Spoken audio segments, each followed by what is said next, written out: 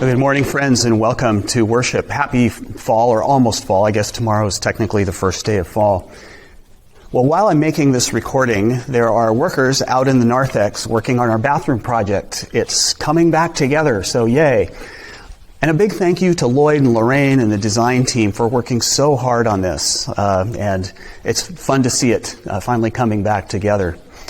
Well, speaking of that project, we're now going to hear from Elder Lloyd Fleck, who's going to share a little bit about what he's been up to. I think we kind of know what that is, and we'll enjoy hearing from him now, so let's listen. Hello, Maplewood Presbyterian. I am Lloyd Fleck, an elder, and I'm here to talk about my favorite subject, the bathroom project. We completed the first phase of the project last October, and we immediately decided to launch off into phase 2, which was to upgrade the interior of the bathrooms and also to make them more accessible for ADA purposes. We had a team that worked all winter developing the plan, a 5-person team of church members, and by the end of February we were ready to roll. And then along came COVID. That shut down any construction for 3 months, and at the end of that we had yet another challenge, which was we discovered asbestos in the walls and ceiling of the bathroom. And that led us to hire an abatement team, guys in hazmat outfits, who came in and totally stripped all the walls and ceiling from the bathroom. So let's go take a look, and I'll show you what it looks like now.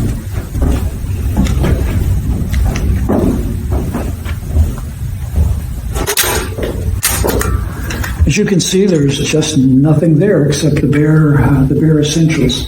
But I want to draw your attention to something we discovered after abatement.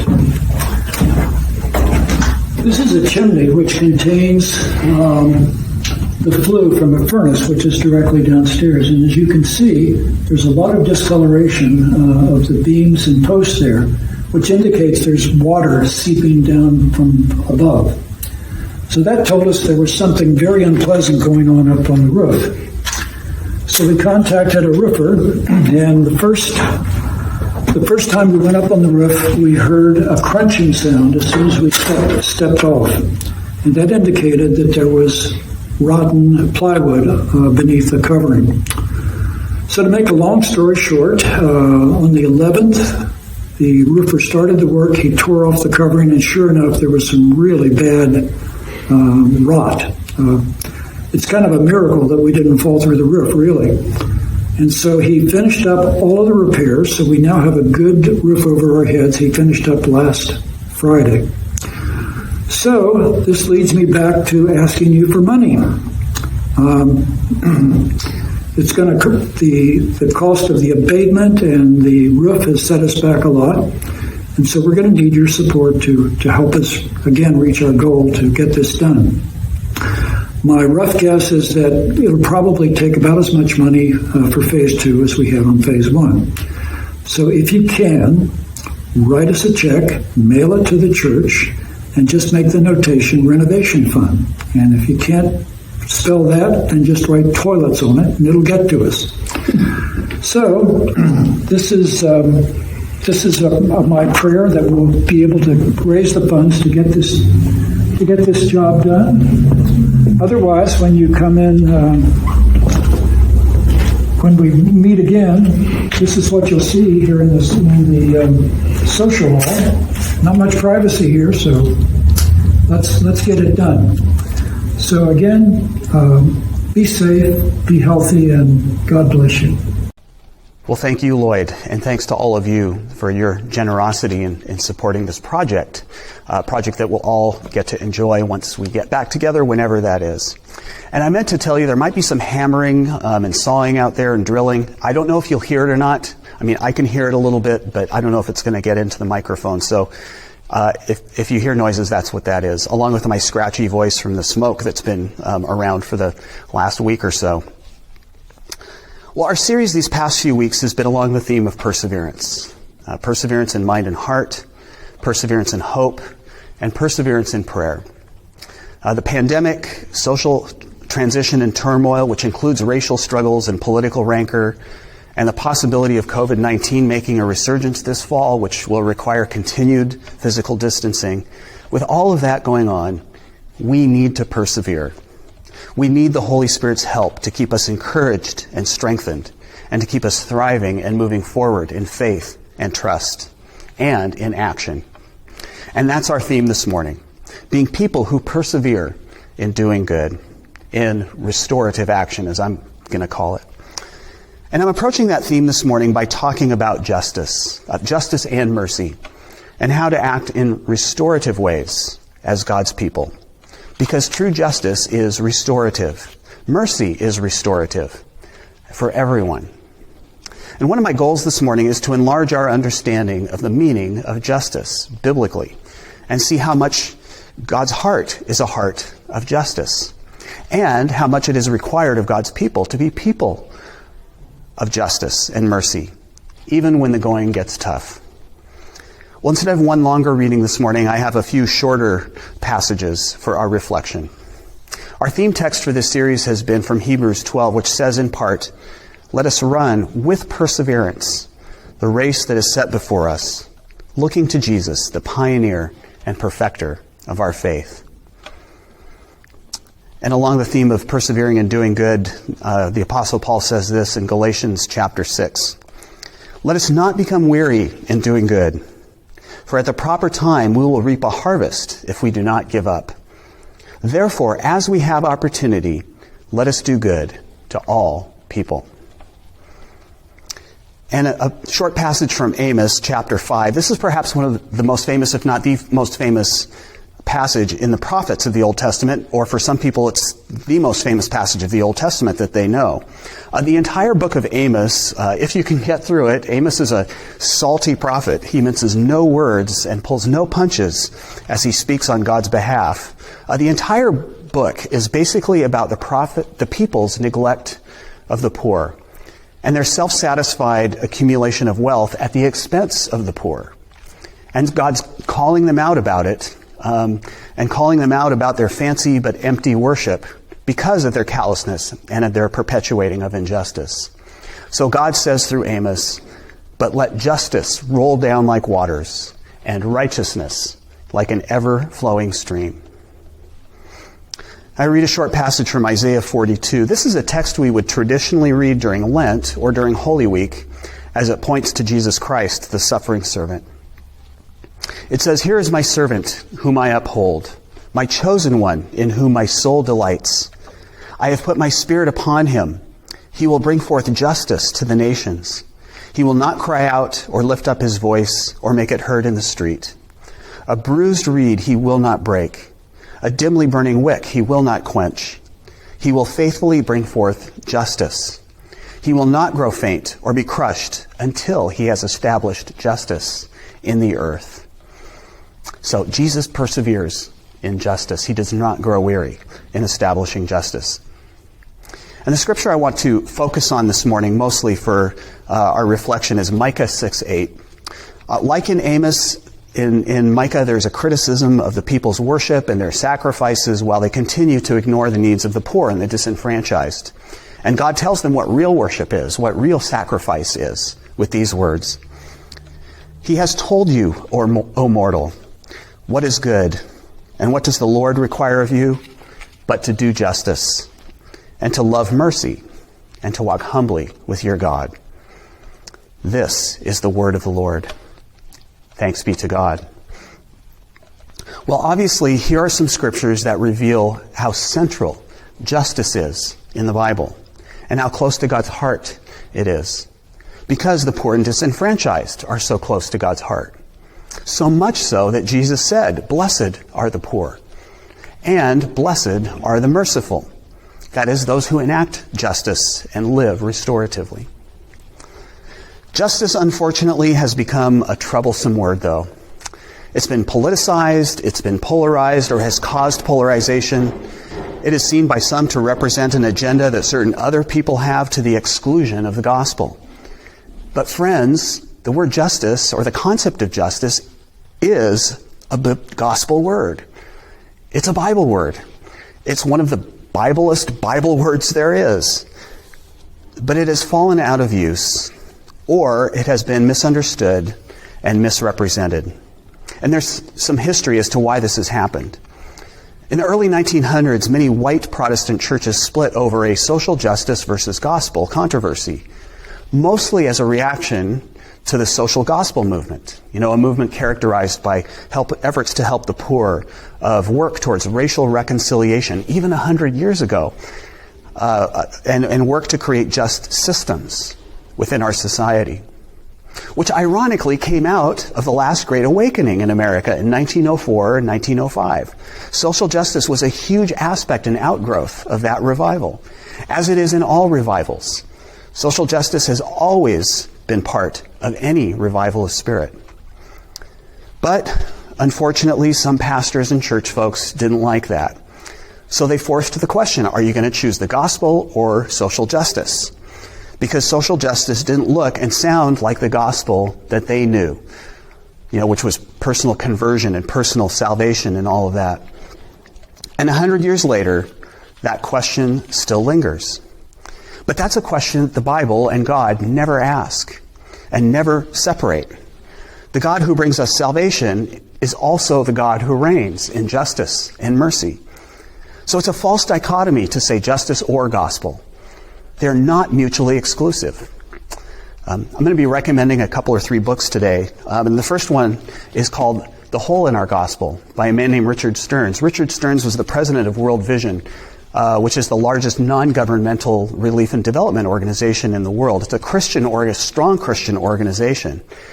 And he makes the case in the book, a very strong case, that the hole that's missing in our gospel is justice. So I highly recommend it. It was written about 11, 12 years ago, and it's just as relevant, maybe even more relevant today than when he wrote it then.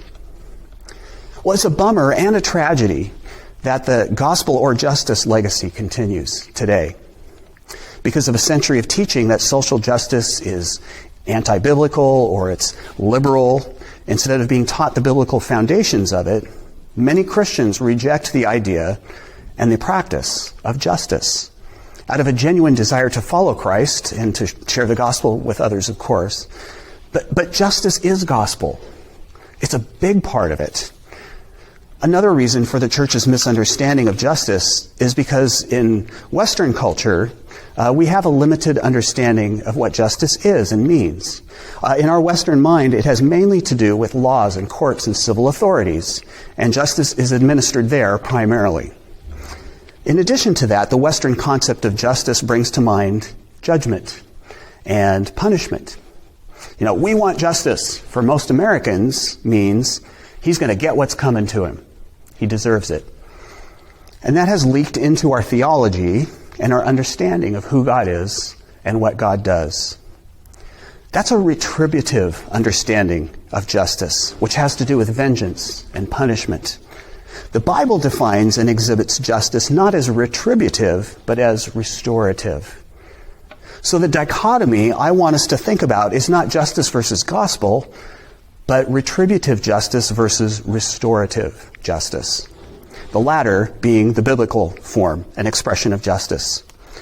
In the Bible, justice means fairness. It means equality, equity, understanding and then acting on the truth that all people have equal worth, are equally valued as God's children who are made in God's image, and therefore are equally deserving of everything that life has to offer.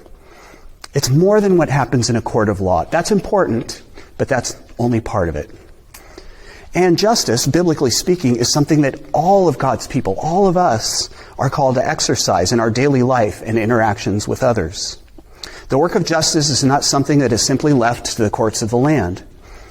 Justice, as exercised in the way of Jesus by you and by me, sees a person as a person, no matter who they are or what their condition is, and seeks to understand their story. Now, that's the mercy part of it, and gives people what they need and not just what they deserve. Also, the restorative part of it. A couple Saturdays ago, we had a fun celebration for Jean Kim on Zoom. Almost 70 people or so came together to celebrate Jean's Jubilee, so the anniversary of her 50th year of immigrating to the United States. And several people spoke, and we celebrated Jean's ministry and the blessing that she was and the legacy that she leaves and continues to leave. Well, one of the women who spoke gave almost a little bit of a testimony, and what she said really touched me. She was a woman from Mary's Place in the Church of Mary Magdalene, and she said this in part. She said, Jean told us that we had worth, and she helped restore our dignity and told us that we have a place in society and that we deserve to be here. Isn't this gospel? Isn't that gospel? This is true for women and men, whether they have been drug addicts, committed a crime, or are homeless and on the fringes of society. Jean's ministry has always been characterized by a restorative justice and mercy. And this was Jesus' approach to people. Jesus never took a law and order approach to people or to society. In fact, the only people that Jesus took a law and order approach with were the religious people of his day, because they, like the people of old that the prophets spoke to, had perpetuated systems that marginalized vulnerable populations and took advantage of people. Listen to one of Jesus' salty conversations in the spirit of Amos and Micah. This is from Matthew 23. He says, "Woe to you, scribes and Pharisees, hypocrites!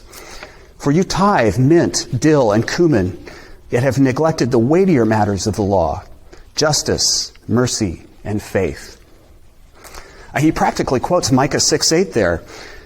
And it must be noted, Jesus' understanding of the weightier matters of the law did not have anything to do with heroic obedience to statutes, but justice, mercy, and trust, faith.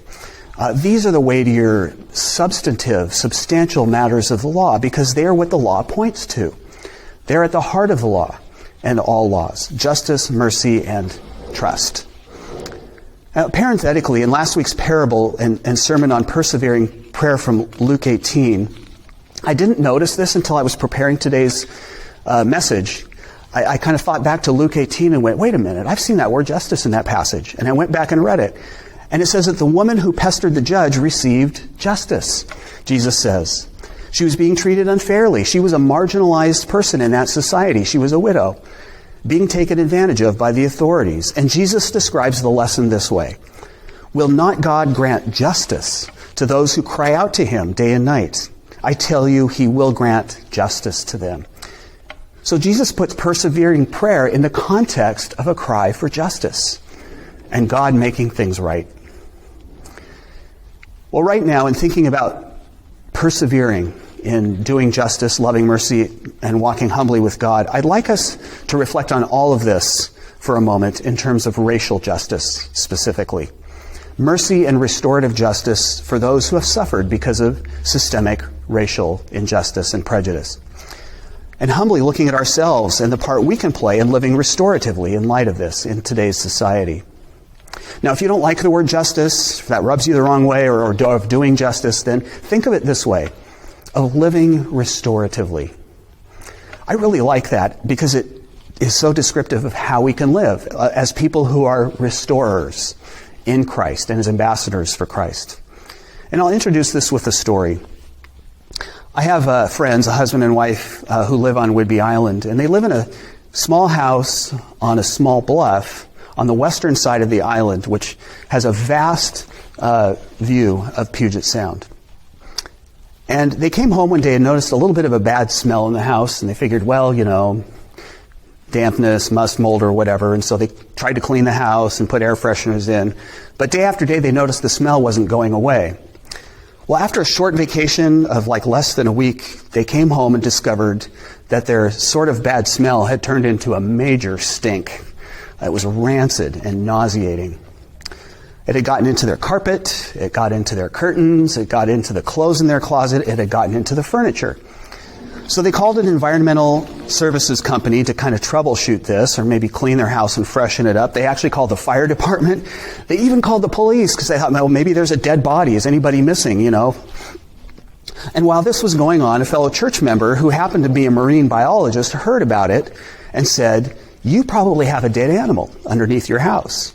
So he came over and did some investigating, and what he found was a live sea otter. that had made its way up the beach across their lawn and burrowed under the house, built a nest, and gave birth to 2 babies. Well, that was kind of exciting, but it took them quite a while to get the stink out of their house and out of their furnishings. Racism got into our society like that, perhaps even without our awareness of it. It's gotten into our justice system. It's gotten into our housing system, for example, through redlining. If you don't know what redlining is, please go learn about it. It began less than 100 years ago, and even though it was outlawed in the 1970s, technically it is still practiced in an evolved form, even today, redlining. So it's gotten into our housing systems, it's gotten into our financial institutions and our economy, it's gotten into our school systems, it's gotten into our government, and yes, it's gotten into the church. And some would say that racism didn't just get into the church, that racism was brought to America by the church. And the church was complicit in embedding racism into our societal DNA from the very beginning. And so here's another book if you're interested about that, or even if you doubt it and want to kind of investigate a little bit more. Here's a book called The Color of Compromise, and it's about how the church was complicit in racism and bringing it to our country and in some ways perpetuating it as well, or at least not acting against it. So preachers use the Bible from Genesis to the Apostle Paul to justify the inferiority of people of color or the superiority of white people and to justify slavery. Christians held to the belief that all men are created equal did not apply to people of color. Churches banned blacks from their worship and so forth. Some people have called racism America's original sin. Condoleezza Rice, former Secretary of State and National Security Advisor, gave a speech 3 years ago in which she said, "America was born with a birth defect, slavery and racism. We're crippled and we need healing." Now this may sound overwhelming, maybe even over the top, and you may think, well, that was a long time ago, we're past that. But racism lingers in our society and in our institutions, and we can't begin to overcome racism until we work to understand its roots and the source of it. Racism is not just the terrible acts perpetrated by a few racist people. Racist people act the way they do because they feel emboldened and empowered by systems that support them, or at the very least, don't act in restorative ways to create a more just society. Well, just like racism got infused in our society, it's time for justice and mercy and humility to get infused into society. It's time for renewed and sustained effort and energy and risk and struggle to ensure that justice is infused into society, that mercy has the last word, that humility, the willingness to look honestly at our own lives and see that we are no better or worse than other people, that humility becomes a signature quality of the people of our society. And it begins with God's people. We have a clear and unequivocal call to do justice, to love mercy, and to walk humbly with our God today in our social context. Well, how do we do this? I'm going to read to you a few sentences from a book called Just Mercy, which gives us a great example. And then I'm going to conclude by providing some simple ways that we can live restoratively, or point you to a document that gives us some tips on how to live restoratively. Brian Stevenson, the author of Just Mercy, and if you've seen the feature film, I encourage you to see that too, but the book is you got to read the book to really get the full picture of it. But Brian Stevenson is a lawyer. He's a social justice activist and founder of the Equal Justice Initiative and the National Memorial for Peace and Justice in Montgomery, Alabama, which is a memorial to lynching victims. My son Ben and I actually went there and saw it when I went to see him 2 years ago. It's quite moving. If you're ever in the South, go to Montgomery and see it. Well, in his book Just Mercy, A Story of Redemption and Justice, he makes the case that it is distance, a physical, social, and spiritual, that allows injustice to flourish. Proximity to one's neighbor, and remember, everyone is our neighbor, according to Jesus. Proximity is what turns our hearts towards love and restorative justice. Stevenson writes about his first interaction as a very young lawyer with an inmate named Henry on death row who was wrongly convicted and incarcerated. So here were two men, exactly the same age, one studying at Harvard Law School, one condemned to die. And here's what Bryan Stevenson says. Henry asked me questions about myself, and I asked him about his life. Within an hour, we were both lost in conversation. I had no right to expect anything from a condemned man on death row, yet he gave me an astonishing measure of his humanity. In that moment, Henry altered something in my understanding of human potential, redemption, and hopefulness. Proximity to the condemned and incarcerated made the question of each person's humanity more urgent and meaningful, including my own. I've also represented people who have committed terrible crimes, but nonetheless struggle to recover and to find redemption. I have discovered deep in the hearts of many condemned and incarcerated people the scattered traces of hope and humanity, seeds of restoration that come to astonishing life when nurtured by very simple interventions. Proximity has taught me some basic and humbling truths, including this vital lesson. Each of us is more than the worst thing we've ever done. I'm going to repeat that. Each of us is more than the worst thing we've ever done. My work with the poor and the incarcerated has persuaded me that the opposite of poverty is not wealth. The opposite of poverty is justice. Finally, I've come to believe that the true measure of our commitment to justice, the character of our society, our commitment to the rule of law, fairness, and equality cannot be measured by how we treat the rich, the powerful, the privileged, and the respected among us. The true measure of our character as a society is how we treat the poor, the disfavored, the accused, the incarcerated, and the condemned. He goes on, we are all implicated when we allow other people to be mistreated. An absence of compassion can corrupt the decency of a community, a state, or a nation. Fear and anger can make us vindictive and abusive, unjust and unfair, until we all suffer from the absence of mercy, and we condemn ourselves as much as we victimize others. The closer we get to mass incarceration and extreme levels of punishment, the more I believe it's necessary to recognize that we all need mercy. We all need justice. And we all need some measure of unmerited grace. Is that not gospel? That sounds like Jesus to me, and I want to say to Bryan Stevenson, preach it, brother. Well, what did you hear in this? What I heard, among other things, is justice is about relationship.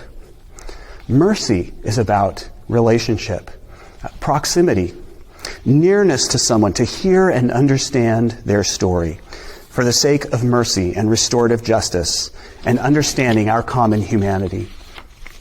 Now, literal proximity isn't fully possible these days with COVID-19 and physical distancing, but proximity for now can take place with things like phone calls, letters, video chats, and even simply reading and learning. Heidi and I both have been reading a lot of books and taking advantage of this time to read about racial issues in our country right now.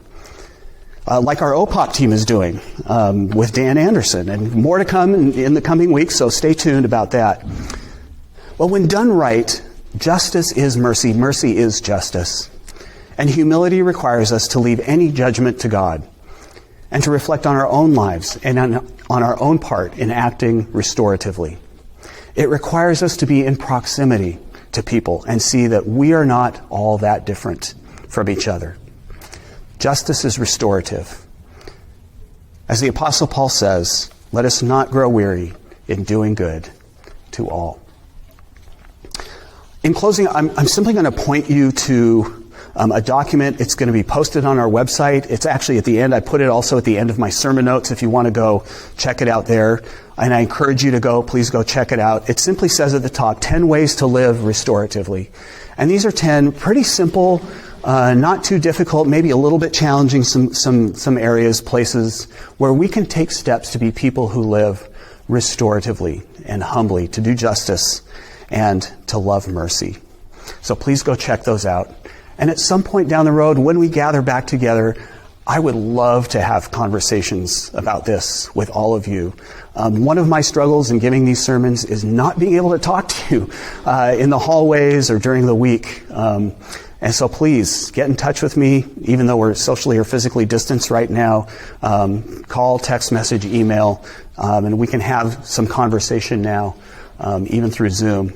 And then when we gather back together, maybe we can engage this a little more fully together. So the Lord bless you and keep you. Amen.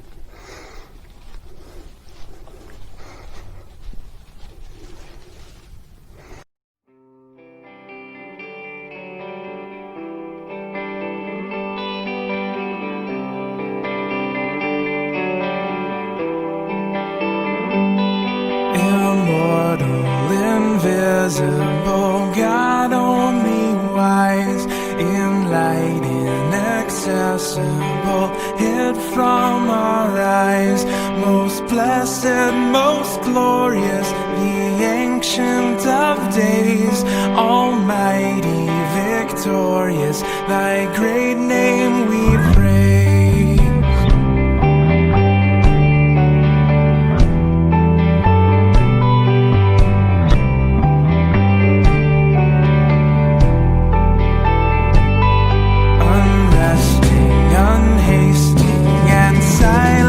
As light, nor wanting, nor wasting, thou rulest in might, thy justice like mountains high soaring above, thy clouds which are fountains of goodness and love.